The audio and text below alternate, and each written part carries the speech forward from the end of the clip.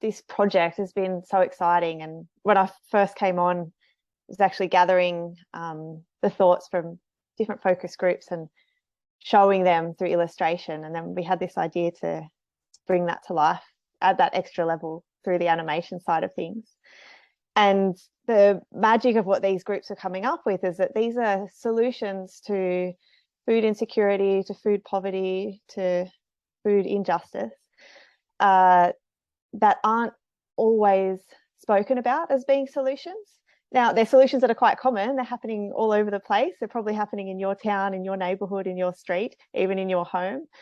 But they're not always seen by policymakers and those with top-down thinking, top-down potential as being scalable or applicable. So through this project, we're actually celebrating those common sense, easy to do, creative, exciting community ground up initiatives and shining a real spotlight on those. And they look different depending on where you are. They're context dependent, but they're a huge leap forward in how, in sort of forming a toolkit for uncertain futures as far as food systems go. So that's what drew me to this project. It's what made it such a joy to work on.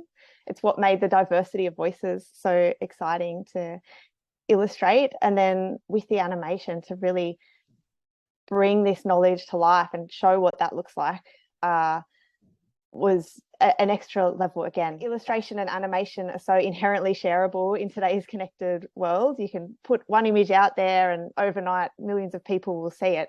So the reach of these sorts of media is really unparalleled. And so where the aim therefore is to bring bigger audiences and also new audiences who aren't really necessarily thinking about food justice in this way to an awareness of these issues, and hopefully they'll share it on if they like what we're saying.